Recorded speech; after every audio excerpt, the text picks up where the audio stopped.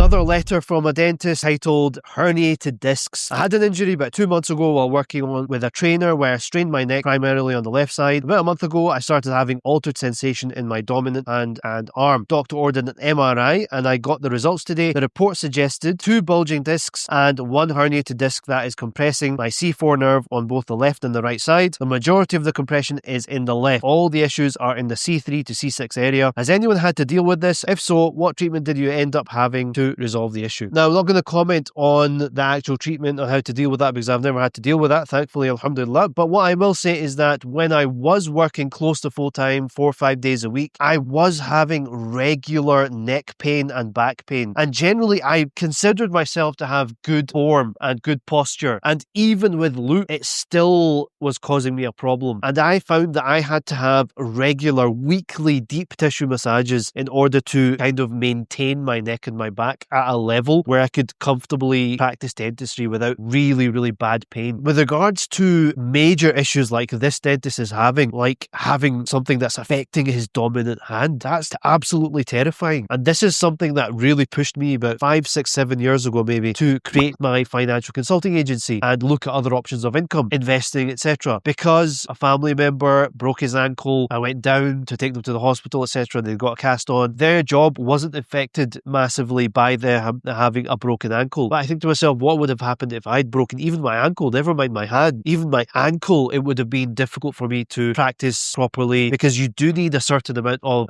control with your feet, with the foot pedal for your hand speed, etc. Extrapolated to an even worse problem, what if something had happened to my hand and I wasn't able to practice dentistry? This is something that most dentists have an innate fear and understanding of, but you put to the back of your mind and you just hope nothing bad happens. It's not good enough to just hope nothing bad happens. You have to put contingencies in place. Now, on one hand, you've got the option of income insurance. I did my research into that. I personally found that it was Islamically impermissible, so I didn't want to go anywhere near that. Actually, when you look at the small print of a lot of these contracts, is they will pay you a certain amount, which is like maybe 50 or 60% of your normal income for 3 to 6 months, and then it massively drops off, meaning they're not going to be paying you anywhere near your normal monthly income after that point. So even if someone still wanted their work insurance after realizing that Islamically impermissible, it's still not a good option because that company is in control of what they give to you. Based on their horrifically unfair small print, they can either stop paying you altogether or at the very least pay you very minimally. That might not even cover your basic monthly expenses. So I found that the solution was to start investing aggressively, learn how to invest so that I could build my own financial safety net of an incredible investment portfolio that I can survive off of, at least in the short term, until it's significant enough that it fully covers all of my necessary expenses and my lifestyle as a whole at this point. That is what I would encourage all of you. You have so much more control over your investment portfolio, your private pension, etc., than you do with regards to work insurance or income insurance or anything like that. I would encourage you to move more towards solutions that give you more control. Even a state pension, on paper it might look like a good option, but what guarantee do you have that you are going to live until 67 or 70 years old when they're going to give you permission to take your full pension?